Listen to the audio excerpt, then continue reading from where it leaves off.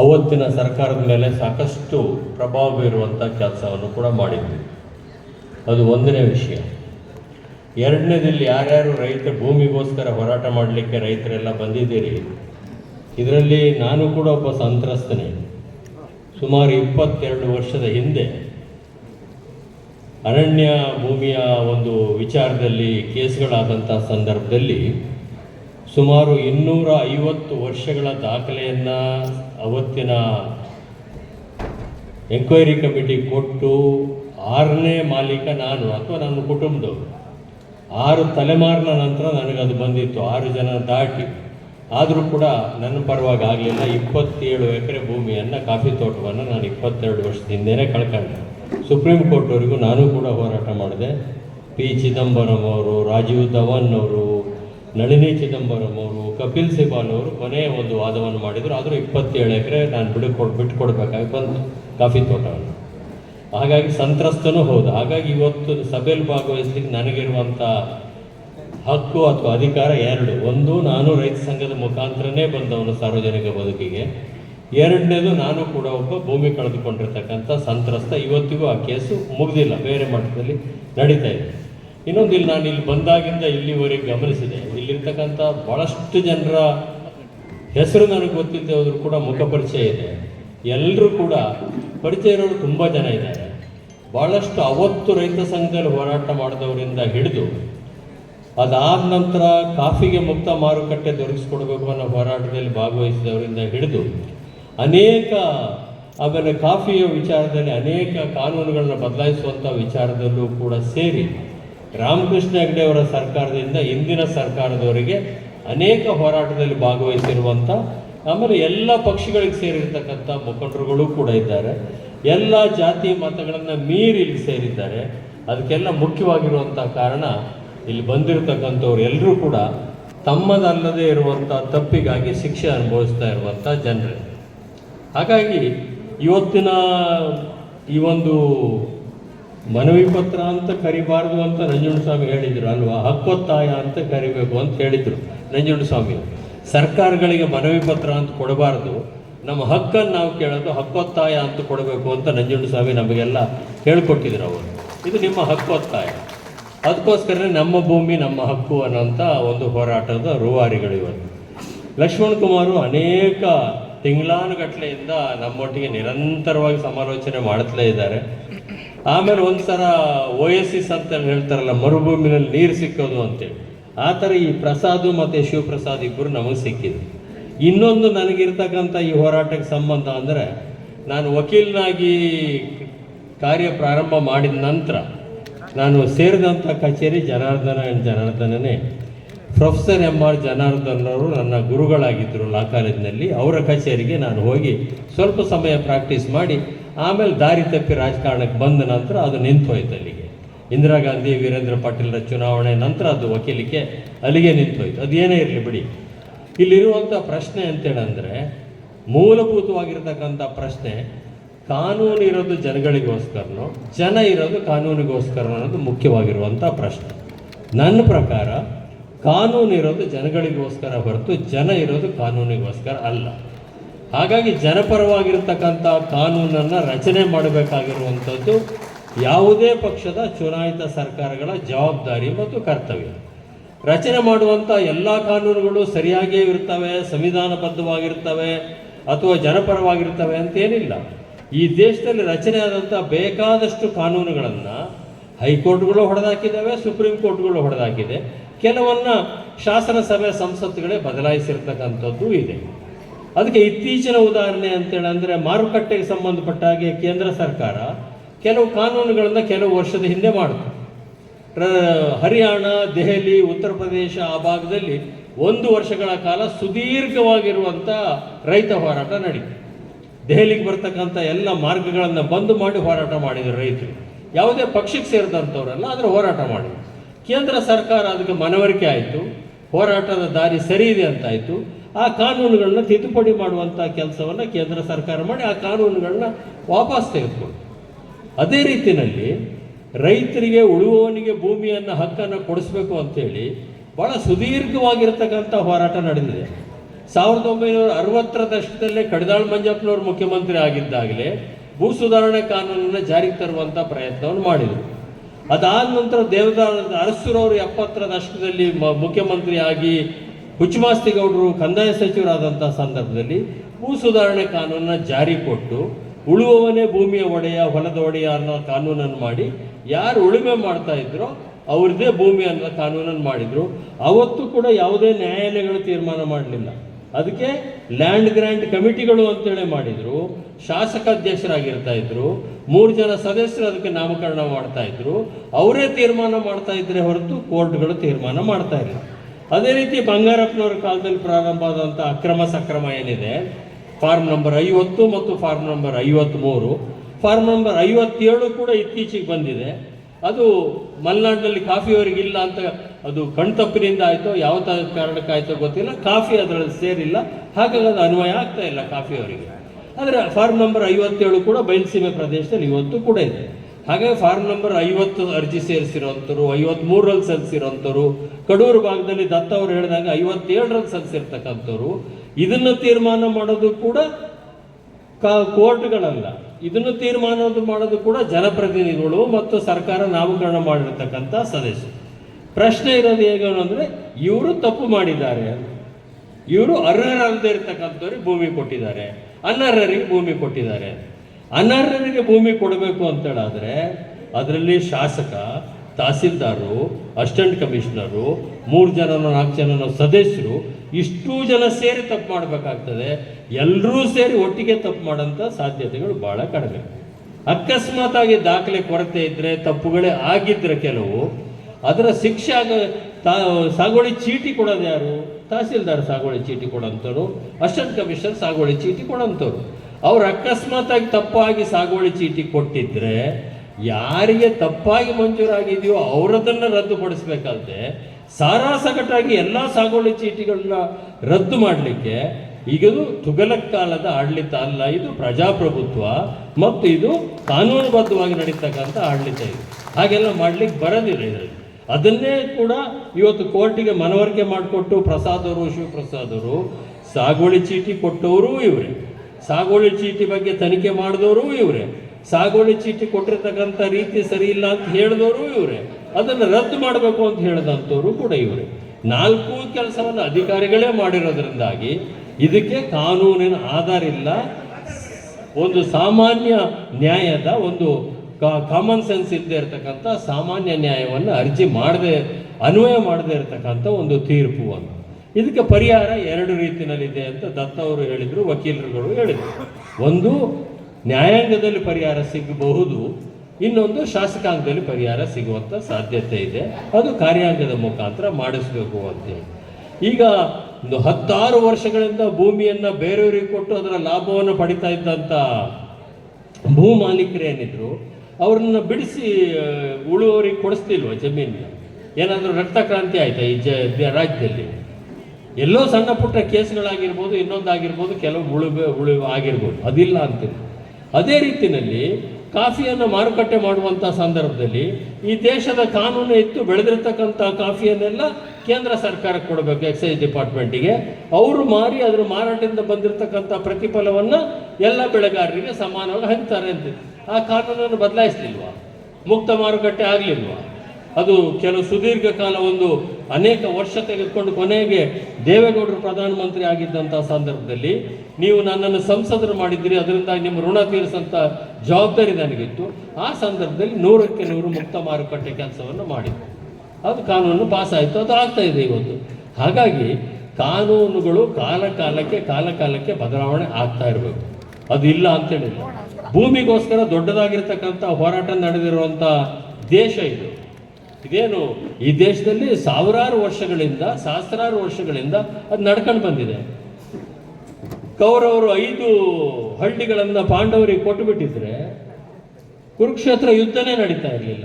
5 ಹಳ್ಳಿನೂ ಕೊಡೋಕ್ಕಾಗೋದಿಲ್ಲ ಅಂತ ಕೌರವರು ಹೇಳಿದಂಥ ಕಾರಣಕ್ಕೆ, ದುರ್ಯೋಧನ ಹೇಳಿದಂಥ ಕಾರಣಕ್ಕೆ ಶ್ರೀಕೃಷ್ಣ ಪರಮಾತ್ಮ ಬರಬೇಕಾಯಿತು, ಯುದ್ಧ ನಡಿಬೇಕಾಯಿತು. ಅಂತಿಮವಾಗಿ ಇಡೀ ರಾಜ್ಯವೇ ಪಾಂಡವರ ಪಾಲಾಗಬೇಕಾದಂಥ ಸಂದರ್ಭ ಬಂತು. ಹಾಗಾಗಿ ಈಗ ರೈತರ ಪರವಾಗಿ ಹೋರಾಟ ಮಾಡೋಂಥವ್ರು ಯಾರ್ಯಾರಿದ್ದಾರೆ ನನ್ನ ದೃಷ್ಟಿನಲ್ಲಿ ಅವರೆಲ್ಲ ಶ್ರೀಕೃಷ್ಣನಾಗಿ, ನೀವು ದೇವರನ್ನು ನಂಬೋದಿಲ್ಲ ಗೊತ್ತು ನನಗೆ, ಆದರೂ ಕೂಡ ಶ್ರೀಕೃಷ್ಣನನ್ನು ದೇವರು ಅಂತ ಮನುಷ್ಯ ಮಾಡಿ, ಆದರೆ ಒಬ್ಬ ಒಳ್ಳೆಯ ಹೋರಾಟಗಾರ, ಒಬ್ಬ ತಂತ್ರಗಾರ, ಒಬ್ಬ ಒಳ್ಳೆಯ ಏನೇನು ನಡಿಬೇಕು ಅನ್ನೋದನ್ನು ನಿರ್ಧಾರ ಮಾಡುವಂಥ ಶಕ್ತಿ ಇದ್ದಂಥ, ಸಾಮಾನ್ಯ ಮನುಷ್ಯಗಿಂತ ಸ್ವಲ್ಪ ಹೆಚ್ಚಿನ ಬುದ್ಧಿಶಕ್ತಿ ಇದ್ದಂಥ ಒಬ್ಬ ಮನುಷ್ಯ. ಹಾಗಾಗಿ ಲಕ್ಷ್ಮಣ್ ಕುಮಾರ್ ಇರ್ಬೋದು, ಸುರೇಂದ್ರ ಇರ್ಬೋದು, ಅನಿಲ್ ಇರ್ಬೋದು, ಅವ್ರ ಜೊತೆ ಇರುವಂಥ ಇಡೀ ತಂಡ ಇವರೆಲ್ಲ ಇರ್ಬೋದು, ಕಾಲಕಾಲಕ್ಕೆ ಇದು ಆಗಬೇಕಾಗ್ತದೆ. ಯಾಕಂದರೆ ನಾವು ಹೋರಾಟವನ್ನು ಮರೆತು ಭಾಳ ವರ್ಷ ಆಯಿತು. ನಾವು ಕೂಡ ಸೋಮಾರಿಗಳಾದ್ವಿ. ನಾವು ಹೋರಾಟದ ಮುಖಾಂತರ ರಾಜಕಾರಣಕ್ಕೆ ಬಂದವರು. JP ಚಳುವಳಿ, ರೈತ ಚಳುವಳಿ, ಕನ್ನಡ ಚಳುವಳಿ, ನಾನು ದತ್ತ ಎಲ್ಲ ನಮ್ಮ ಭಾಳಷ್ಟು ಸಮಯವನ್ನು ಬೆಂಗಳೂರಿನಲ್ಲಿ ರಾಮ ಮಂದಿರ ಮೈದಾನದಲ್ಲಿ ಭಾಳಷ್ಟು ನಮ್ಮ ಆಯಸ್ಸನ್ನಲ್ಲಿ ಕಳೆದಿದ್ದೀವಿ ನಾವು ಹೋರಾಟದಲ್ಲಿ. ಅದು ಬಂದ್ವಿ. ಆಮೇಲೆ ಒಂದು ಸರ್ತಿ ಸರ್ಕಾರಕ್ಕೆ ಬಂದುಬಿಟ್ಟು, ಸರ್ಕಾರಕ್ಕೆ ಬಂದ ನಂತರ ಸರ್ಕಾರಕ್ಕೆ ಬರೋದು, ವಿರೋಧ ಪಕ್ಷದಲ್ಲಿರೋದು, ಒಂದು ಸರ್ತಿ ವಿಧಾನಸೌಧದ ಮೆಟ್ಲು ಹತ್ತಿದ ನಂತರ ಅದು ಒಂಥರ ಮಾಂತ್ರಿಕವಾದಂಥ ಶಕ್ತಿ ಆ ವಿಧಾನಸೌಧಕ್ಕಿದೆ. ಅದು ಹೋರಾಟದಿಂದ ವಿಮುಖರನ್ನಾಗಿ ಮಾಡಿಬಿಡ್ತದೆ. ಈಗಿರ್ತಕ್ಕಂಥ ಮುಖ್ಯಮಂತ್ರಿಗಳು ಕೂಡ ಹೋರಾಟದಿಂದಲೇ ಬಂದಂಥವ್ರು, ಸಿದ್ದರಾಮಯ್ಯನವರು. ಅವರು ಕೂಡ ನಂಜುಂಡಸ್ವಾಮಿಯವರ ಶಿಷ್ಯ.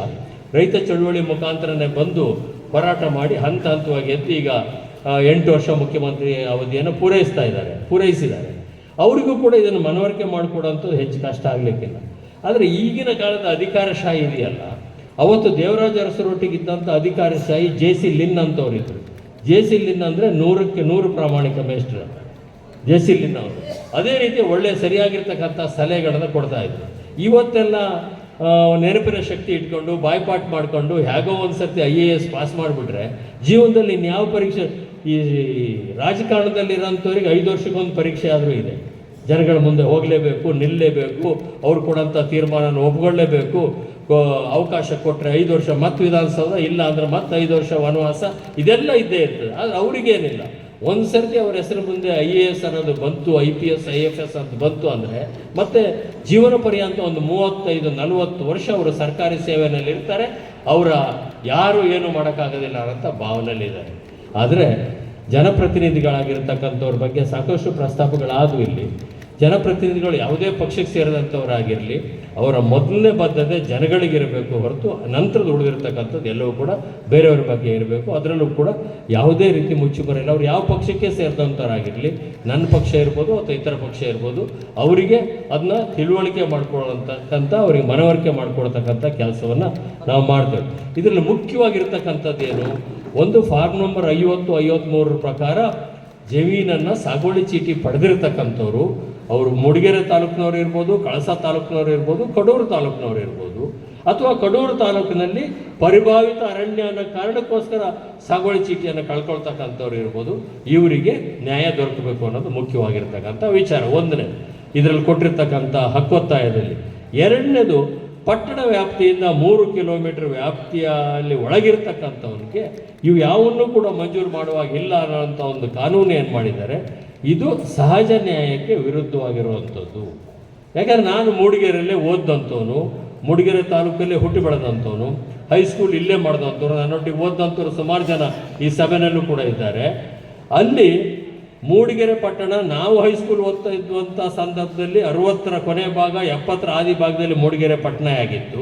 ಮೂಡಿಗೆರೆ ಪಟ್ಟಣ ಇವತ್ತು ಎಲ್ಲಿಗೆ ತಲುಪಿದೆ ಅಂದರೆ ಅದರ ರೈತರ ತಪ್ಪೇನು? ರೈತರೇನಾದರೂ ಪಟ್ಟಣದೊಳಗೆ ಬಂತ? ಪಟ್ಟಣ ರೈತರಿದ್ದಲ್ಲಿಗೆ ಹೋಯ್ತಾ? ಪಟ್ಟಣ ರೈತರಿದ್ದಲ್ಲಿಗೆ ಹೋಗಿದ್ದೇ ಹೊರತು ರೈತರೇನು ಪಟ್ಟಣಕ್ಕೆ ಬಂದಿಲ್ಲ. ಹಾಗೆ ಇವತ್ತು ಪಟ್ಟಣದ ವ್ಯಾಪ್ತಿ ಜಾಸ್ತಿ ಆಯಿತು ಅಂತೇಳಿ ಅದನ್ನು 3 ಕಿಲೋಮೀಟ್ರು 4 ಕಿಲೋಮೀಟ್ರು ಮೂಡಿಗೆರೆಯನ್ನು ಮುಂದೆ ತಗೊಂಡೋಗಿ ಮೇಲೆ ಮೇಗಲ್ಪೇಟೆಯವರಿಗೆ ತಗೊಂಡೋಗಿ, ಇಲ್ಲಿ ಹಳೆ ಮೂಡಿಗೆರೆಯವರಿಗೂ ಹ್ಯಾಂಡ್ ಪೋಸ್ಟ್ ಅವರಿಗೆ ತಗೊಂಡೋಗಿ, ಇನ್ನೊಂದು ಕಡೆ ತತ್ಗೊಳದವರಿಗೂ ತೆಗೆದುಕೊಂಡೋಗಿ, ಇನ್ನೊಂದು ಕಡೆ ಮಾಕನಹಳ್ಳಿ ಹಳಸೆ ಹತ್ತತ್ರಕ್ಕೆ ತಗೊಂಡೋಗಿ ಪಟ್ಟಣದ ವ್ಯಾಪ್ತಿ ಅಲ್ಲಿಗೆ ಬಂತು, ಅಲ್ಲಿಂದ 3 ಕಿಲೋಮೀಟ್ರ್ ಕೊಡೋದಿಲ್ಲ ಅಂತೇಳಂದರೆ ಇದು ಯಾವ ರೀತಿಯ ಅನ್ಯಾಯ? ಇದು ಸಾಧ್ಯನೇ, ಇದು ಸಹಜ ನ್ಯಾಯ ಆಗಲಿಕ್ಕೆ ಸಾಧ್ಯನೇ ಇಲ್ಲ. ಕೆಲವು ಸರ್ತಿ ಯಾವ ಥರ ಇರ್ತದೆ ಅಂದರೆ ನ್ಯಾಯಾಲಯಗಳು ತಪ್ಪು, ನಾನು ವಕೀಲನೇ, ಯಾವ ಥರ ಇರ್ತಾರೆ. ನನ್ನ ಕೇಸು ನಡೀತಾ ಇದ್ದಂಥ ಸಂದರ್ಭದಲ್ಲಿ ಅವತ್ತೊಬ್ಬರು ಚೀಫ್ ಜಸ್ಟಿಸ್ ಇದ್ದರು, ಕಪಿಲ್ ಸಿಬಾಲ್ ಅವರು ವಾದ ಮಾಡ್ತಾ ಇದ್ರು ಸುಪ್ರೀಂ ಕೋರ್ಟ್ನಲ್ಲಿ. ಅಲ್ಲಿಯ ಚೀಫ್ ಜಸ್ಟಿಸ್ ಕೇಳ್ತಾರೆ, ಕಾಫಿ ಗಿಡದ ಮೇಲೆ ಬೆಳೀತದೋ, ಬುಡದಲ್ಲಿ ಬೆಳೀತದೋ, ಭೂಮಿ ಒಳಗೆ ಬೆಳೀತದೋ ಅನ್ನೋ ಪ್ರಶ್ನೆ ಕೇಳಿದರು ಅವರು, ಕಪಿಲ್ ಸಿಬಾಲ್ ಅವರು. ಕಪಿಲ್ ಸಿಬಾಲ್ ನನ್ನ ಕೇಳಿದರು ಏನಿದು ಅಂತ. ಆಗ ನಾನು ಹೇಳಿದೆ ಈ ಥರ ಅಂತೆ. ಈ ಥರದ ತಿಳುವಳಿಕೆ ಇರೋಂಥವ್ರು ಕೂಡ ಈ ದೇಶದ ಮುಖ್ಯ ನ್ಯಾಯಾಧೀಶರಾಗಿದ್ದರು ಅವರು. ಅವ್ರಿಗೆ ಕಾಫಿ ಬಗ್ಗೆ ಏನು ಗೊತ್ತಿಲ್ಲ, ಕಾಫಿ ಯಾವ ಥರ ಬೆಳೀತದೆ ಗೊತ್ತಿಲ್ಲ. ಇಲ್ಲಿ ಒಂದು ಮುಖ್ಯವಾಗಿರ್ತಕ್ಕಂಥ ವ್ಯತ್ಯಾಸ, ನಾನು ಕೂಡ ಇವತ್ತಿನ ಕಂದಾಯ ಇಲಾಖೆಯ ಪ್ರಧಾನ ಕಾರ್ಯದರ್ಶಿ ಯಾರಿದ್ದಾರೆ ಅವರೊಂದು ಪದ ಬಳಸಿರೋದನ್ನ ನಾನು ನೋಡಿದೆ ಮಾಧ್ಯಮದಲ್ಲಿ. ಭೂ ಕಬಳಿಕೆ ಮಾಡಿದಂಥವ್ರನ್ನ ಯಾವುದೇ ಕಾರಣಕ್ಕೂ ಕೂಡ ನಾವು ಅವರಿಗೆ ವಿನಾಯಿತಿ ಕೊಡೋದಿಲ್ಲ ಅಂತ ಚಿಕ್ಕಮಗಳೂರಿನಲ್ಲಿ ಒಂದು ಮಾತು ಹೇಳಿದೆ. ಆಗಲೇ ನಾನು ಮುಖ್ಯಮಂತ್ರಿಗಳಿಗೆ ಮತ್ತು ಕಂದಾಯ ಸಚಿವರಿಗೆ ಹೇಳಿದೆ, ಭೂ ಕಬಳಿಕೆ ಮಾಡ್ತಕ್ಕಂಥವ್ರು ನಗರದಲ್ಲಿರೋಂಥವ್ರು ಪಟ್ಟಣದಲ್ಲಿರೋಂಥ ಹೊರತು ರೈತರಲ್ಲ, ಇವರು ಭೂ ಸಾಗುವಳಿ ಮಾಡೋವಂಥವ್ರು. ಇವರೇನಿದ್ರು ಕೂಡ ಭೂ ಸಾಗುವಳಿ ಮಾಡ್ತಕ್ಕಂಥವ್ರೆ ಹೊರತು ಕಬಳಿಕೆ ಮಾಡ್ತಕ್ಕಂಥದ್ದಲ್ಲ. ಇಲ್ಲಿರ್ತಕ್ಕಂಥ ಬರಡು ಭೂಮಿಯನ್ನು, ಗಿಡ ಮರ ಇಲ್ಲದೆ ಇರತಕ್ಕಂಥ ಭೂಮಿಯನ್ನು ಅದನ್ನು ಹಸನು ಮಾಡಿ ಗಿಡಗಳನ್ನ ಹಾಕಿ ಮರಗಳನ್ನ ಹಾಕಿ ವರ್ಷಾನುಗಟ್ಟಲೆ ಕಾದು 5-6 ವರ್ಷ ಕಾಫಿ ಬರಲಿಕ್ಕೆ ಫಸಲು ಬರಲಿಕ್ಕೆ ಕಾದು ಸಾಲ ಮಾಡಿಕೊಂಡು ಇನ್ನೊಂದು ಮಾಡಿಕೊಂಡು ತಲಾಂತರದಿಂದ ಬಂದಿರತಕ್ಕಂಥ ತಮ್ಮ ಕಸುಬನ್ನು ಬಿಡಲಿಕ್ಕೆ ಸಾಧ್ಯ ಇಲ್ಲ ಅವರಿಗೆ. ಈ ದೇಶ ಇದು 60-65% ಈಗೇನು ಉಳ್ಕೊಂಡಿದೆ, 75 ಇತ್ತು, ಈಗ 65ಕ್ಕೆ ಬಂದಿದೆ. ಇದು ರೈತರಿಂದ ಕೂಡಿರ್ತಕ್ಕಂಥ ದೇಶ. ಅದಕ್ಕೋಸ್ಕರನೇ ಕುವೆಂಪುರವರು ರೈತ ಗೀತಿನಲ್ಲಿ ಉಳುವ ಯೋಗಿಯ ನೋಡಿ ಅವನನ್ನು ಯೋಗಿಗೆ ಹೋಲಿಸಿರೋದು, ತಪಸ್ವಿಗೆ ಹೋಲಿಸಿರತಕ್ಕಂಥದ್ದು. ಆ ಕಾರಣಕ್ಕೋಸ್ಕರನೇ ಯಾವ ತಪಸ್ಸಿಗಿಂತೂ ಕಡಿಮೆ ಇಲ್ಲದೆ ಇರತಕ್ಕಂಥದ್ದು ಯಾವುದಾರಿದ್ರೆ ಅದು ಕೃಷಿ ಅಂತಕ್ಕಂಥದ್ದು ನಾವೆಲ್ಲ ಕೂಡ ತಿಳ್ಕೋಬೇಕು. ನಾವು ಮಳೆ ಯಾವಾಗ ಬರ್ತದೆ, ಬಿಸಿಲು ಯಾವಾಗ ಬರ್ತದೆ, ಚಳಿ ಯಾವಾಗ ಬರ್ತದೆ. ಈಗಂತೂ ನಮ್ಮ ಊರುಗಳಲ್ಲಿ ವರ್ಷದ 12 ತಿಂಗಳು ಮಳೆ ಬರ್ತದೆ. ನಮ್ಮದಲ್ಲದೆ ಇರತಕ್ಕಂಥ ತಪ್ಪಿಗೆ, ಈ ಬೆಂಗಳೂರಿನವ್ರು ಮಾಡೋಂಥ ತಪ್ಪಿಗೆ, ಬೆಂಗಳೂರಿನವ್ರು ಕಾಂಕ್ರೀಟ್ ಕಾಡಿನ ಮಾಡಿದಂಥ ತಪ್ಪಿಗೆ, ಹವಾಮಾನದಲ್ಲಿ ಅವು ಆಗಿರ್ತಕ್ಕಂಥ ವೈಪರೀತ್ಯಗಳಿಗೆ ಶಿಕ್ಷೆ ಅನುಭವಿಸ್ತಾ ಇರ್ತಕ್ಕಂಥ ರೈತಾಪಿ ಜನರು ಇವತ್ತು ಹವಾಮಾನ ವೈಪರೀತ್ಯ ಆಗಿ. ಅದೇ ನಮ್ಮ ತಪ್ಪಿನಿಂದ ಆಗಿರ್ತಕ್ಕಂಥದ್ದು ಏನಲ್ಲ ಅವೆಲ್ಲವೂ ಕೂಡ. ಹಾಗಾಗಿ ರೈತರ ಬಗ್ಗೆ ಕಾಳಜಿ ಕಳಕಳಿ ಇಟ್ಕೊಂಡು ಕೆಲಸ ಮಾಡಬೇಕಾಗಿರ್ತಕ್ಕಂಥ ನಮ್ಮೆಲ್ಲರ ಕರ್ತವ್ಯ. ನೀವು ಮನವಿ ಪತ್ರ ಕೊಟ್ಟಿರ್ತಕ್ಕಂಥದ್ದು ನನಗೆ ದತ್ತನಿಗೆ, ನಾವಿಬ್ಬರು ಶಾಸಕರು ಅಲ್ಲ, ಸರ್ಕಾರದ ಭಾಗನೂ ಅಲ್ಲ. ಆದರೆ ಅಲ್ಲಿ ಸರ್ಕಾರದಲ್ಲಿ ಇರೋಂಥವ್ರು ಅಷ್ಟು ಜನ ನಮ್ಮ ಸ್ನೇಹಿತರೆ. ನಾವು ಕಳೆದ 30-35-40 ವರ್ಷದಿಂದ ಸ್ನೇಹಿತರಾಗಿರ್ತಕ್ಕಂಥವ್ರೆ. ಅವರಿಗೂ ಕಳಕಳಿ ಕಾಳಜಿ ಇರೋಂಥವ್ರು. ನಾವು ಹೇಳಿದರೆ ಕೇಳ್ತಕ್ಕಂಥ ವ್ಯವಧಾನವನ್ನು ಇನ್ನೂ ಉಳಿಸ್ಕೊಂಡಿರ್ತಕ್ಕಂಥದ್ದು. ಇನ್ನು ಕೆಲವರಿಗೆ ಏನಾಗ್ಬಿಟ್ಟಿದೆ ಅಂತ ಹೇಳಿದ್ರೆ, ಸಿ ಬೈರೇಗೌಡರು ಸಚಿವರಾಗಿದ್ದಾಗ ನಾನು ಸಚಿವನಾಗಿದ್ದೆ ಅವರೊಟ್ಟಿಗೆ, ಜೆ.ಎಚ್. ಪಟೇಲ್ರ ಸರ್ಕಾರದಲ್ಲಿ ಮತ್ತು ರಾಮಕೃಷ್ಣ ಹೆಗಡೆ ಅವರ ಸರ್ಕಾರದಲ್ಲಿ. ಆಗ ಕಥೆನೇ ಬೇರೆ, ಆಗಿನ ರಾಜಕಾರಣನೇ ಬೇರೆ, ಅವತ್ತಿನ ಜನಪ್ರತಿನಿಧಿಗಳೇ ಬೇರೆ, ಅವತ್ತಿನ ರಾಜಕೀಯ ವ್ಯವಸ್ಥೆಗಳೇ ಬೇರೆ, ಅವತ್ತಿನ ಕಾರ್ಯಾಂಗನೇ ಬೇರೆ, ಅವತ್ತಿನ ನ್ಯಾಯಾಂಗನೇ ಬೇರೆ, ಎಲ್ಲವೂ ಬೇರೆ. ಅವತ್ತಿಗೂ ಇವತ್ತಿಗೂ ಹೋಲಿಕೆ ಮಾಡಲಿಕ್ಕೆ ಸಾಧ್ಯ ಇಲ್ಲ. ಯಾವುದು ಎಷ್ಟು ಕೆಡಬಹುದು ಅಷ್ಟು ಪೂರ ಕೆಟ್ಟಾಗಿದೆ. ಇನ್ನು ಕೆಡಕ್ಕೆ ಸಾಧ್ಯನೇ ಇಲ್ಲ. ಇನ್ನೇನಿದ್ರು ರಿಪೇರಿ ಆಗಬೇಕು ಅಷ್ಟು ಹೊರತು ಕೆಡಕ್ಕೆ ಸಾಧ್ಯ ಇಲ್ಲ. ಅಷ್ಟರ ಮಟ್ಟಿಗೆ ಎಲ್ಲವೂ ಕೆಟ್ಟಾಗಿದೆ. ಜನಗಳು ಕೆಟ್ಟಿದ್ದಾರೆ ಅಂತಲ್ಲ, ಜನಗಳು ಕೆಟ್ಟಿಲ್ಲ, ಜನಗಳನ್ನ ಕೆಡಿಸಿರೋದೇ ರಾಜಕಾರಣಿಗಳು. ಅದೇನು ಜನಗಳು ಕೆಟ್ಟಿರ್ತಕ್ಕಂಥ ಜನಗಳು ದುಡ್ಡು ತಗೊಂಡು ಹೋಗ್ತಾರೆ, ಓಟ್ ಹಾಕ್ತಾರೆ ಅಂದರೆ ಜನಗಳೇ ದುಡ್ಡು ಕೇರಳದಲ್ಲಿ ಯಾಕೆ ಜನ ದುಡ್ಡು ತಗೊಂಡು ಓಟ್ ಹಾಕೋದಿಲ್ಲ? 3 ಪಾರ್ಟಿಯವರು ನಿಮಗೆಲ್ಲ ಗೊತ್ತಲ್ಲ, ಕೇರಳದವರೆಲ್ಲ ಪರಿಚಯ ಇದ್ರೆ ಕೇಳಿ. ಯಾರಾದರೂ ₹1 ಒಂದು ಓಟಿಗೆ ತಗೊಳ್ತಾರ? ಕಾಂಗ್ರೆಸ್ನವ್ರ ಕೈಲಿ ತಗೊಳ್ಳೋದಿಲ್ಲ, ಕಮ್ಯುನಿಸ್ಟವ್ರ ಕೈಲೂ ತಗೊಳ್ಳೋದಿಲ್ಲ, BJP-ಯವ್ರ ಕೈಲೂ ತಗೊಳ್ಳೋದಿಲ್ಲ. ಅಷ್ಟು ನಿಯತ್ತಿಂದ ಅಲ್ಲಿ ಓಟ್ ಹಾಕ್ತಾರೆ. ಅಲ್ಲೆಲ್ಲ ಜನ ಸಿದ್ಧಾಂತದ ಮೇಲೆ ಓಟ್ ಹಾಕ್ತಾರೆ. ಒಂದು ಸರ್ತಿ ಅವರಿಗೆ, ಒಂದು ಸರ್ತಿ ಇವರಿಗೆ, ತಪ್ಪೇನಿಲ್ಲ. ಆದರೆ ಆ ಥರ ಇಲ್ಲಿ ಈ ತಮಿಳುನಾಡಲ್ಲಿ, ಕರ್ನಾಟಕದಲ್ಲಿ, ತೆಲಂಗಾಣದಲ್ಲಿ, ಆಂಧ್ರ ಪ್ರದೇಶದಲ್ಲಿ ಕೆಡಿಸಿರೋದು ಯಾರು? ನಮ್ಮ ರಾಜಕಾರಣಿಗಳೇ ಕೆಡಿಸಿರೋದು. ಇಲ್ಲೂ ಹಾಗೇನಿರಲಿಲ್ಲ. ನಾವು ಇಲ್ಲಿ ಭಾಳ ಚುನಾವಣೆಗಳನ್ನು 78ರ ಮೋಟಮ್ನವ್ರು ಫಸ್ಟ್ MLA ಆದ ಚುನಾವಣೆಯಿಂದ ಹಿಡಿದು ಎಲ್ಲ ಚುನಾವಣೆಯನ್ನು ನಾವು ನೋಡಿದ್ದೀವಿ. ಇಲ್ಲಿ ಆ ಥರ ಏನಿರಲಿಲ್ಲ. ಇರಲಿ ಬಿಡಿ, ಅದು ಏನೇ ಇರಲಿ. ಆದರೆ ಇದಕ್ಕೆ ಪರಿಹಾರ ಇಲ್ಲವೇ ಇಲ್ವಾ ಅಂತ ಹೇಳಿದರೆ ಖಂಡಿತ ಉಂಟು. ಇಲ್ಲದೇ ಇರೋಕ್ಕೆ ಸಾಧ್ಯನೇ ಇಲ್ಲ. ಇಲ್ಲ ಅಂದರೆ ಕೋರ್ಟ್ ಅಷ್ಟು ಸುಲಭವಾಗಿ ಮಧ್ಯಂತರ ಆದೇಶ ಮಾಡುತ್ತೆ. ಈ ಪ್ರಶ್ನೆ ಏನು? ಈಗ ಎಲ್ಲರೂ ವಕಾಲತ್ತು ಹಾಕಿ ಎಲ್ಲರೂ ಪ್ರತಿಯೊಬ್ಬರೂ ಕೂಡ ಫೈಟ್ ಮಾಡಬೇಕಾ, ಅಥವಾ ಏನಾದರೂ ಒಂದು ಸಾಮೂಹಿಕವಾಗಿ ಮಾಡೋಕ್ಕೆ ಸಾಧ್ಯನೋ ಅಂತ ನಾನು ಕೇಳಿದೆ ವಕೀಲ. ಅದು ಒಂದು ಸಮಸ್ಯೆ ಏನಾಗ್ತದೆ ಅಂದರೆ, ಯಾವುದಾದ್ರು ಒಂದು ಸಂಘಟನೆ ಮುಖಾಂತರ ನಾವು ಕೋರ್ಟಿಗೆ ಹೋದರೆ ಅದು ಪಬ್ಲಿಕ್ ಇಂಟ್ರೆಸ್ಟ್ ಲಿಟಿಗೇಷನ್ ಆಗ್ತದೆ. ಅದು ಮುಖ್ಯ ನ್ಯಾಯಾಧೀಶರ ಮುಂದೆ ಹೋಗ್ತದೆ. ಮುಖ್ಯ ನ್ಯಾಯಾಧೀಶರು ದುರಾದೃಷ್ಟವಶ ಎಲ್ಲ ಬೇರೆ ರಾಜ್ಯದವರೇ ನಮ್ಮ ರಾಜ್ಯಕ್ಕೆ ಬರೋದು, ನಮ್ಮ ರಾಜ್ಯದವ್ರು ಯಾರೂ ಇರೋದಿಲ್ಲ. ಅವ್ರಿಗೆ ಎಷ್ಟರ ಮಟ್ಟಿಗೆ ನನ್ನ ಅವತ್ತಿದ್ದಂಥ ನ್ಯಾಯಾಧೀಶರು ಕಾಫಿ ಎಲ್ಲಿ ಬೆಳೀತದೆ ಅಂತ ಕೇಳಿದಂಗೆ ಇಲ್ಲೂ ಆಗ್ಬೋದು ಸರ್. ಹಾಗಾಗಿ ಇಂಡಿವಿಜುವಲಿ ಹಾಕ್ಬೇಕು. ಹಾಗಾಗಿ ಸ್ವಲ್ಪ ಕಷ್ಟ ಆದರೂ ಕೂಡ, ಶ್ರಮ ಆದರೂ ಕೂಡ ಚಿಂತಿಲ್ಲ. ಕೆಲವು ಸರ್ತಿ ನಾವು ಅರ್ಜಿಗಳನ್ನ ಹಾಕಲೇಬೇಕಾಗ್ತದೆ. ಯಾಕೆಂದ್ರೆ ನಮ್ಮ ಭವಿಷ್ಯ ಅಷ್ಟೇ ಅಲ್ಲ, ನಮ್ಮ ಮುಂದಿನ ತಲೆಮಾರು, ನಮ್ಮ ಮಕ್ಕಳ ಭವಿಷ್ಯನೂ ಕೂಡ, ಇದರ ಮುಂದಿನ ಪೀಳಿಗೆ ಭವಿಷ್ಯ ಕೂಡ ಇದರಲ್ಲಿ ಅಡಗಿರೋದ್ರಿಂದ ಅರ್ಜಿಗಳನ್ನ ಹಾಕಲೇಬೇಕಾಗ್ತದೆ. ಸುದೈವಶಾತ್ ಪ್ರಸಾದ್ ಅವರು ಮತ್ತು ಶಿವಪ್ರಸಾದ್ ಅವರು ಸಿಕ್ಕಿರೋದ್ರಿಂದ ಭಾಳ ರೀಸನಬಲ್ ಆಗಿ ಎಷ್ಟು ಕೋರ್ಟ್ ಖರ್ಚು ಬರ್ತದೆ, ಎಷ್ಟು ಸಣ್ಣ ಪುಟ್ಟ ಅವರ ಕ್ಲರಿಕೇಜ್ ಇರ್ತದೆ, ಅವ್ರ ಜೊತೆ ಕೆಲಸ ಮಾಡ್ತಕ್ಕಂಥ ಕೊಲೀಗ್ಗಳಿರ್ತಾರೆ, ಇದರಲ್ಲಿ ಎಷ್ಟು ಸಣ್ಣ ಪುಟ್ಟ ಖರ್ಚುಗಳಾಗ್ತವೆ. ಇದಕ್ಕೆ ಸ್ವಲ್ಪ ಅನುಕೂಲ ಇರೋಂಥವ್ರು, ಉಳ್ಳಂಥವ್ರು ಸಹಾಯ ಮಾಡಬೇಕು. ನೀವು ಒಂದು ಅರ್ಧ ಎಕರೆ, 1 ಎಕರೆ, 2 ಎಕರೆ, 3 ಎಕರೆ ಇರೋನಿಗೆ ನೀವು ₹1000 ಫೀಸ್ ಕೊಡು ವಕೀಲರಿಗೆ ಅಂದರೆ ಸಾಧ್ಯನೇ ಇಲ್ಲ. ಲಕ್ಷದ ಮಾತು ಬರ್ತೇ ಬಿಡಿ. ಒಬ್ಬೊಬ್ಬ ಸೀನಿಯರ್ ಅಡ್ವೊಕೇಟು ಹೈಕೋರ್ಟಲ್ಲಿ ಸುಪ್ರೀಂ ಕೋರ್ಟಲ್ಲಿ ಎದ್ದು ನಿಲ್ಲಬೇಕು ಅಂದರೆ ಕನಿಷ್ಠ 3 ಲಕ್ಷದಿಂದ 25 ಲಕ್ಷ ಎದ್ದು ನಿಲ್ಲಕ್ಕೆ ಚಾರ್ಜ್ ಮಾಡ್ತಾನೆ. ವಾದ ಮಾಡಿದರೆ ಬೇರೆ ಚಾರ್ಜ್, ಎದ್ದು ನಿಲ್ಲಕ್ಕೆ ಅಷ್ಟು ದುಡ್ಡು ಕೊಡಬೇಕು. ಕೇಸ್ ನಡೆದ್ರೂ ಕೊಡಬೇಕು, ಕೇಸ್ ನಡೆದ, ಹೌದಾ ಸರ್? ಕೇಸ್ ನಡೆದ್ರೂ ಕೊಡಬೇಕು, ಕೇಸ್ ನಡೆದೇ ಹೋದರೂ ಕೊಡಬೇಕು. ಇದನ್ನು ನಾನು 20 ವರ್ಷದ ಹಿಂದೆನೇ ಅನುಭವಿಸಿದೆ. ನಾನು ಅವತ್ತು ಕೋರ್ಟ್ಗಳಿಗೆ ಖರ್ಚು ಮಾಡಿದ ದುಡ್ಡಲ್ಲಿ ಅಷ್ಟೇ ತೋಟ ನಾನು ಕೊಂಡು ಬಿಡ್ಬೋದಾಗಿತ್ತು. ಅಷ್ಟು ಖರ್ಚು ಆಗಲೇ ಮಾಡಿದ್ದೆ ನಾನು ಅದರಲ್ಲಿ ಆ ಸಂದರ್ಭದಲ್ಲಿ. ಆದರೆ ಅದಕ್ಕೊಂದು ಹಠಕ್ಕೋಸ್ಕರ, ರಾಜಕಾರಣಕ್ಕೋಸ್ಕರ ಅದಾದಂಥ ಒಂದು ಕೇಸು, ರಾಜಕಾರಣಕ್ಕೋಸ್ಕರ ಭೂಮಿ ಕಳ್ಕೊಳ್ಬೇಕಾಗಿ ಬಂತು.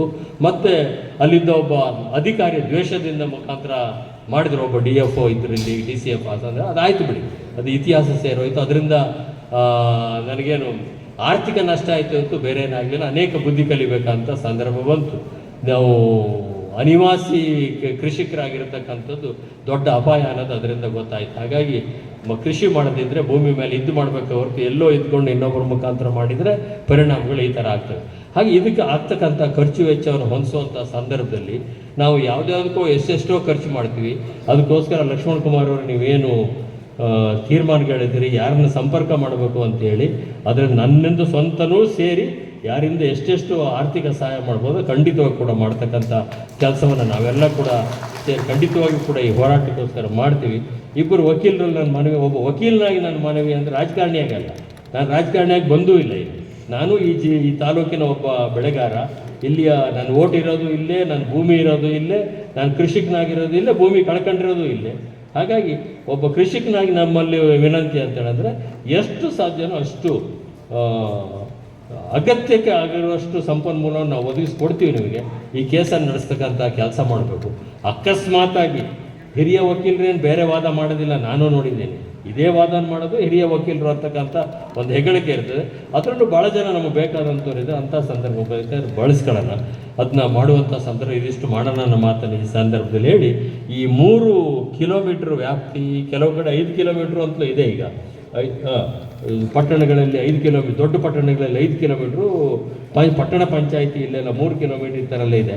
ಇದನ್ನು ಬದಲಾಯಿಸ್ತಕ್ಕಂಥ ಒಂದು ಕೆಲಸವನ್ನು, ಅದನ್ನು ಕಮರ್ಷಿಯಲ್ ಪರ್ಪಸ್ಸಿಗೆ ಮಾತ್ರ ಯಾರಿಗೆ ಬೇಕಾದ್ರೂ ಎಲ್ಲಿ ಬೇಕಾದರೂ ಕೊಡ್ಬೋದು.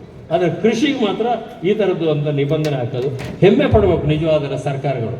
ಪಟ್ಟಣಕ್ಕೆ 3 ಕಿಲೋಮೀಟ್ರ್ ಒಳಗೆ ಕೃಷಿ ಮಾಡ್ತಾ ಇದ್ದಾರೆ ಅಂದರೆ ಹೆಮ್ಮೆ ಪಡಬೇಕು.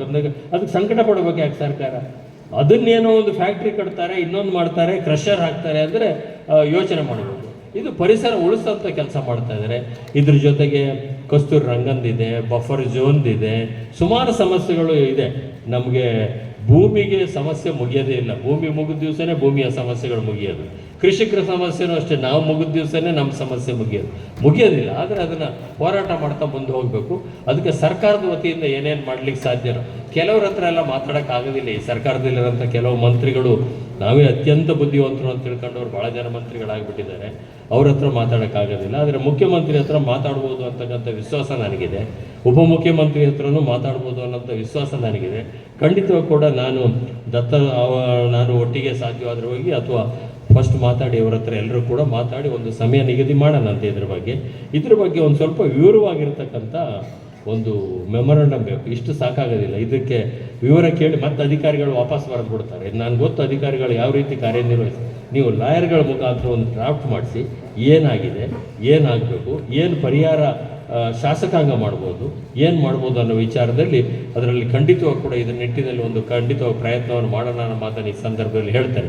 ಒಂದು ಇವತ್ತಿನ ಸಂತೋಷದ ವಿಷಯ ಅಂತೇಳಂದರೆ ಹೋರಾಟದ ಒಂದು ಮನಸ್ಥಿತಿ ಮತ್ತೆ ವಾಪಸ್ಸು ನಮ್ಮ ಕಾಫಿ ಬೆಳೆಗಾರರಿಗೆ ಬಂತಲ್ಲ ಅಂತಕ್ಕಂಥದ್ರ ಬಗ್ಗೆ ನನಗೆ ಭಾಳ ಸಂತೋಷ. ಕಡೂರಿನವ್ರ ಬಗ್ಗೆ ನಾನು ಹೇಳೋದಿಲ್ಲ, ಮಲೆನಾಡಿನವ್ರಿಗೆ ಬಂತಲ್ಲ.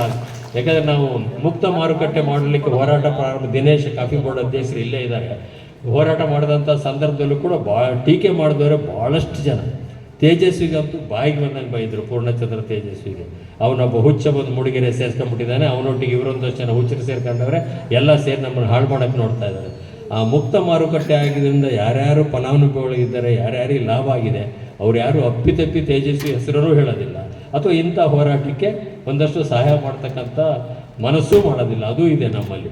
ಅದಕ್ಕೆ ಮಾಡಬೇಕಾಗ್ತದೆ. ಯಾಕೆಂದರೆ ಪ್ರತಿಯೊಂದು ನಾನು ನಿಮಗೆ ಕಾಫಿ ಬೆಳೆಗಾರರಿಗೆ ಹೇಳಬೇಕು ಅಂತೇಳಂದರೆ, ರಾಮಕೃಷ್ಣ ಹೆಗಡೆಯವರ ಸರ್ಕಾರದಲ್ಲಿ ಅಗ್ರಿಕಲ್ಚರ್ ಇನ್ಕಮ್ ಟ್ಯಾಕ್ಸ್ ತೆಗೆದಂಥ ಸಂದರ್ಭದಲ್ಲಿ ದೇವರಾಜ ಅರಸರು ಕಾಫಿಗೆ ಭೂ ಸುಧಾರಣೆ ಕಾನೂನಿನಿಂದ ವಿನಾಯಿತಿ ಕೊಟ್ಟಂಥ ಸಂದರ್ಭದಲ್ಲಿ ಡಾಕ್ಟರ್ ಮನಮೋಹನ್ ಸಿಂಗ್ ಅವರು ವಿದರ್ಭ ಪ್ಯಾಕೇಜನ್ನು ಕಾಫಿಗೆ ಅನ್ವಯ ಮಾಡಿದಂಥ ಸಂದರ್ಭದಲ್ಲಿ, ಅಥವಾ ಈ ಕಾಫಿಗೆ 100ಕ್ಕೆ 100 ಮುಕ್ತ ಮಾರುಕಟ್ಟೆ ಮಾಡಿದಂಥ ಸಂದರ್ಭದಲ್ಲಿ ಯಾರಾದರೂ ಒಬ್ಬ MLA ಆಗಲಿ, ಒಬ್ಬ MP ಆಗಲಿ, ಒಬ್ಬ ಮಂತ್ರಿ ಆಗಲಿ, ಅಥವಾ ಯಾರಾದರೂ ಒಬ್ಬ ಆಯಾ ಪಕ್ಷದ ಮುಖಂಡರುಗಳಾಗಲಿ ಯಾರಾದರೂ ನಿಮ್ಮ ಹತ್ರ ಏನಾದರೂ ಕೇಳಿದ್ರ, ನಾವು ಇಷ್ಟು ಮಾಡಿಕೊಡ್ತಾ ಇದ್ವಿ, ನಮಗೆ ಇಷ್ಟು ಬೇಕು, ಇಷ್ಟು ಕೊಡಿ, ನಮ್ಮ ಎಲೆಕ್ಷನಿಗೆ ಕೊಡಿ, ಮತ್ತೊಂದು ಕೊಡಿ, ನಮ್ಮ ಪಾರ್ಟಿ ಕೊಡಿ ಅಂತ ಯಾರಾದರೂ ಕೇಳಿದ್ರು? ಒಬ್ಬರು ಮಲೆನಾಡು ಭಾಗದಲ್ಲಿ ಇರ್ತಕ್ಕಂಥ ನಾಯಕರುಗಳು ಅವತ್ತು ಯಾರ್ಯಾರು ಹೋರಾಟ ಮಾಡಿದ್ರು, ಈ ಸಮಸ್ಯೆ ಮಲೆನಾಡು ಆಗಿದ್ದರಿಂದ ಹೇಳ್ತಾ ಇದ್ದೀನಿ ದತ್ತಮೇಶ್ವರ, ಯಾರು ಕೂಡ ನಿಮ್ಮ ಹತ್ರ ಏನೂ ಕೂಡ ಫಲಾಪೇಕ್ಷೆ ಇಲ್ಲದೆ ಕೆಲಸ ಮಾಡಿದಂಥವ್ರು, ಎಲ್ಲ ಪಾರ್ಟಿಗೆ ಸೇರಿದಂಥವ್ರು, ಅವರು ಇವರು ಅಂತ ನಾನು ಹೇಳಿದೆ, ಎಲ್ಲ ಪಾರ್ಟಿಗೆ ಆ ರೀತಿಯ ಒಂದು ಮನೋಭಾವನೆ ಇರ್ತಕ್ಕಂಥ, ಆ ರೀತಿಯ ಒಂದು ಹಿನ್ನೆಲೆ ಇರ್ತಕ್ಕಂಥವ್ರು ನಾವು. ನಮ್ಮೊಟ್ಟಿಗೆ ಈಗ ಒಂದೇ ಅಂದರೆ ಸಾಮಾನ್ಯವಾಗಿ ಬಯಲುಸೀಮೆಗೂ ಮಲೆನಾಡಿಗೂ ಹೊಂದೋದಿಲ್ಲ ವಕೀಲರುಗಳು. ಇವರು ಡ್ಯಾಮ್ ಕಟ್ಟಬೇಕು, ನೀರು ಕೊಡಬೇಕು ಅಂತ ಕೇಳೋರು ನಮ್ಮನ್ನು ಬಯಲುಸೀಮೆಯವರಿಗೆ. ನಾವು ನಮ್ಮಲ್ಲಿ ಡ್ಯಾಮ್ ಕಟ್ಟಬಾರ್ದು, ಮುಳುಗಿಸ್ಬಾರ್ದು ನಮ್ಮನ್ನು ಅಂತ ಕೇಳೋರು. ನಮಗೂ ಅವರಿಗೆ ಯಾವತ್ತೂ ಹೊಂತಿರಲಿಲ್ಲ. ಅಪರ ಭದ್ರಾ ಮಾಡಬೇಕಂತ ಸಂದರ್ಭದಲ್ಲಿ, ಮಾಗುಂಡಿ ಡ್ಯಾಮ್ ಮಾಡಬೇಕಂತ ಸಂದರ್ಭದಲ್ಲೂ ನಮಗೂ ಅವರಿಗೂ ಭಾಳ ತಿಕ್ಕಟ. ಆದರೆ ಇವತ್ತು ಸುದೈವಶಾತ್ ಬಯಲುಸೀಮೆ 100ಕ್ಕೆ 100 ಬಯಲುಸೀಮೆ ಆಗಿರ್ತಕ್ಕಂಥ ಕಡೂರಿನವರು, 100ಕ್ಕೆ 100 ಮಲೆನಾಡಾಗಿರ್ತಕ್ಕಂಥ ಮೂಡಿಗೆರೆ ಕಳಸದವರು ಒಟ್ಟಿಗೆ ಸೇರಿದ್ದಾರೆ ಅಂದರೆ ಒಂದು ಶುಭಾರಂಭ ಆಗಿದೆ. ಇವತ್ತು ಒಂದೇ ರೀತಿಯ ಸಮಸ್ಯೆಗಳಿದ್ದಾವೆ, ಶುಭಾರಂಭ ಆಗಿದೆ ಅಂತ ಅದರ ಲೆಕ್ಕ. ಇದೇ ರೀತಿಯ ಒಂದು ಸೌಹಾರ್ದತೆ ಇರಲಿ. ನಮ್ಮಲ್ಲಿ ಬೀಳ್ತಕ್ಕಂಥ ಮಳೆಯ ಹೆಚ್ಚುವರಿ ನೀರನ್ನು ನೀವು ಎಷ್ಟು ತಗೊಂಡೋದ್ರೂ ನಮಗೆ ಯಾವ ಬೇಜಾರು ಇಲ್ಲ. ಸಮುದ್ರಕ್ಕೆ ಹೋಗೋದನ್ನೆಲ್ಲ ನೀವೇ ತಗೊಳ್ಳಿ, ನಮ್ಮ ಬೇಜಾರಿಲ್ಲ. ಆದರೆ ಅಣೆಕಟ್ಟೆ ಮಾತ್ರ ಕಟ್ಟಬೇಡಿ, ಬೇರೆ ರೀತಿಯಲ್ಲಿ ತಗೊಂಡೋಗಿ ಅಂತ ಅಷ್ಟೇ ಬಿಟ್ಟರೆ ನಮ್ಮದು ಬೇರೆ ಏನಿಲ್ಲ. ನೀರು ನಿಮಗೆ, ಆದರೆ ಮಳೆ ನಮ್ಮದು, ನೀರು ನಿಮ್ಮದು. ಆದರೆ ಅದಕ್ಕೆ ಮುಳುಗಬಾರ್ದು ನಮ್ಮ ಮಲೆನಾಡಿನವರು ಅನ್ನೋದು ಅಷ್ಟೇ ನಮ್ಮ ಇದಕ್ಕೆ. ಹಾಗಾಗಿ ಇವತ್ತಿನ ಒಂದು ಪ್ರಾರಂಭ ಏನಾಗಿದೆ ಹೋರಾಟದ್ದು, ಇದೇ ರೀತಿ ಮುಂದುವರಿಲಿ. ಸರ್ಕಾರದ ವತಿಯಿಂದ ಏನೇನು ಆಗ್ಬೋದು ಅಷ್ಟೂ ಕೂಡ ಮಾಡ್ತಕ್ಕಂಥ ಪ್ರಯತ್ನವನ್ನು ಮಾಡ್ತೇನೆ. ನಾನು ಇದನ್ನು ಯಾಕೆ ಹೇಳ್ತಾ ಇದ್ದೀನಿ ಅಂದರೆ, ಶಾಸಕರು ಕೊಡೋಂಥ ಭರವಸೆ ಅಲ್ಲ, ನಾನೇನು ಎಲೆಕ್ಷನ್ ನಿಲ್ಲೋನಲ್ಲ.